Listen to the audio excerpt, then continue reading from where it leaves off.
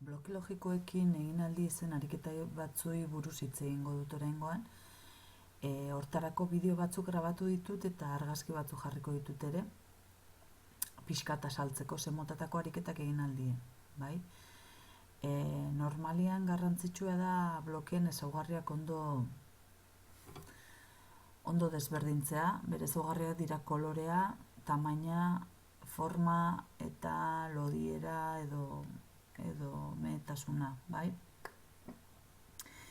Egin aldie ariketa desberdin asko, bat izan leike begiak itxita, umeak ikutzen, blokea deskribatu behar du bere forma,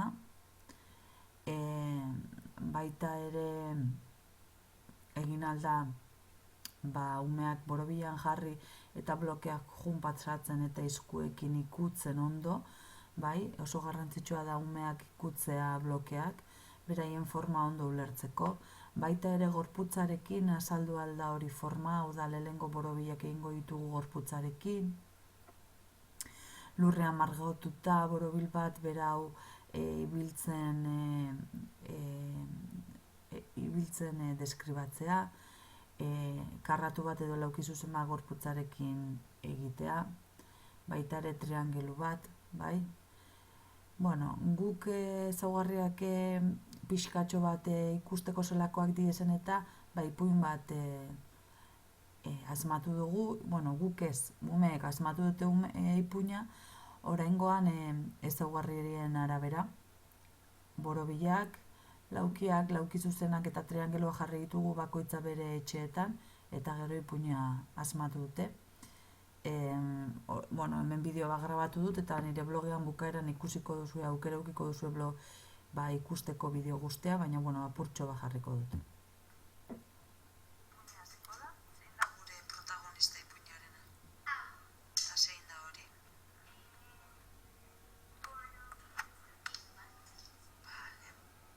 Bueno, hurrengo gauz egin duguna izan da denda bat egin, sortu denda bat, eta bai, erosten joango ga, eta erosterakoan argi uki behar dute zer erosi behar dan, eta orduan eskatu behar dute ezaugarri guztiekin blokea.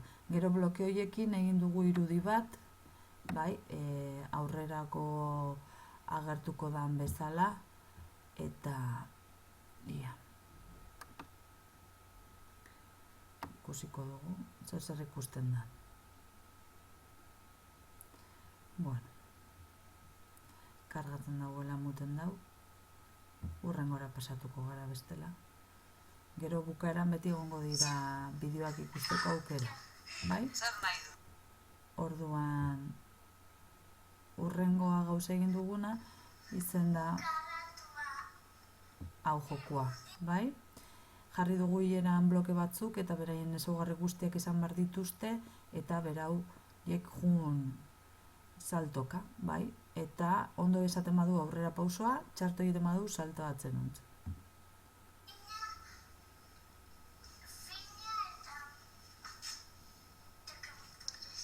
Karratua, urdina, fina eta handia, ez? Bale, hurrengoa. Bale, ezaugarriak ikusteko. Suge bat ere egin dugu, sugea izan alda, guk ez dugu margotu lurrean, baina margotu alda suge bat lurrean, eta esan umei jantzigin, berdala hori sugea eta jasteko forma asko dauz. Ezaugarriak jartzen dituzue zuek, edo libre itxe aldozue apur bat. Garrantzitsua da beti blokeekin ere hasiera baten joku librea egitea, bai, gero ja gidatuagoa izango da, bai, baina hasieran igartzeko eta pixka desberdintzeko blokeak eta joku librea be oso garrantzitsua da. Ordan guk kasu honetan, bueno, zuek sugea esan aldotza zue, nahi dut gorria izatea. Ordan pieza gorriak bakarrik erabili behar dituzte. Edo pieza borobilekin, edo triangeluekin, edo triangeluta gorriak direnekin, bai, horrek zuen arabera. Egin aldituzue suge pila bat. Guk egin dugu suge bat eta gero egin duguna da etiketa jarri suge horri pieza kentzeko. Bai, orduan jarri dugu etiketa desberdinak, bideo bat jarriko dut.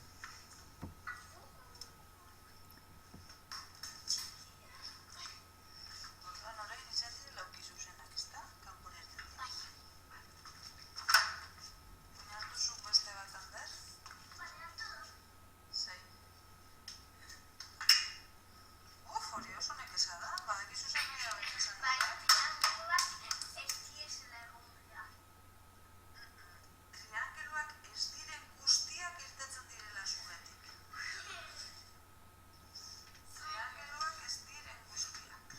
bai? Bueno, gero egin dugu bideak egin ditugu, bai? Egin ditugu ezaugarria jarri eta beraien multzoak egin behar zituzten hasiera baten, eta gero multzo horietatik bide desberdinak irten dira, bai? Hor ikusten duzue bidea urdina, gorria eta horia, eta beste bideak izango ziren lauki zuzena eta karratuak. Eta gero bideak aurrera doaz, eta beste ezaugarri batekin egiten dute topo, eta ezaugarri horrek esaten dizu aurrera zeintzu jarraitu behar duten, bai? Hemen handiak, txikiak jarraitu behar zuten aurrera, hemen bakarrik triangeluak, hemen txikiak ez ziren guztiak, bai? Ezezkoko atributo honek oso garrantzitsuak dira, matematikaren printzipioetako badalako ezezkoa, bai?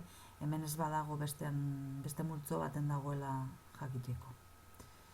Gero etxeak egin ditugu, horiak eta gorriak, eta barruan gela bat dagoenez, gela horri beste atributo bat edo jarri dugu, etxearen barruan, gela horren barruan egon bar dira gorriak, baina borobilak ez direnak, eta hemen horiak eta lodiak direnak. Hemen sartzen dira karratuak eta urtetzen dira gorriak ez direnak guztiak. Eta gero egin ditugu ebaketak ere, bai, bi multzoen artekoak, orduan multzo baten karratuak dauz, bestean gorriak ez direnak, eta ebaketa horretan egongo dira bi propietateak betetzen dituztenak. Bai? Joku gehiago ere egin aldiez, adibidez blokeak jarri danak eta bat kendu eta beste umeak bi talde egin aldituzue, eta orduan talde bakoitzak besteari eskatzen dizkio bere piezak, bai? Kartekin egiten da moduan, eta orduan pieza gehien lortzen da benak, bai irabazi egiten dau. Eta, hurrengo baten jarriko ditut gehiago.